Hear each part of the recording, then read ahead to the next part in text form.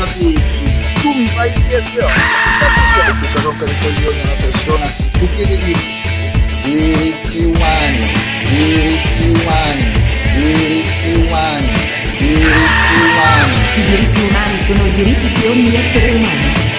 Sono i diritti fondamentali, universali, inviolabili e indisponibili di ogni persona. I diritti umani sono fondamentali in quanto corrispondono ai bisogni vitali, spirituali e materiali della persona.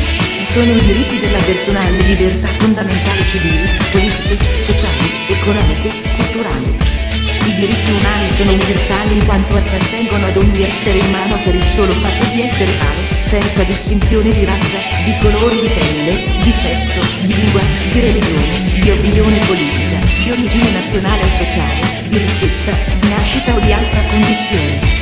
I diritti umani sono inviolabili in quanto sono i diritti di cui nessun essere umano può essere privato. I diritti umani sono indisponibili in quanto sono i diritti a cui nessuno può rinunciare, neppure volontariamente, neppure volontariamente.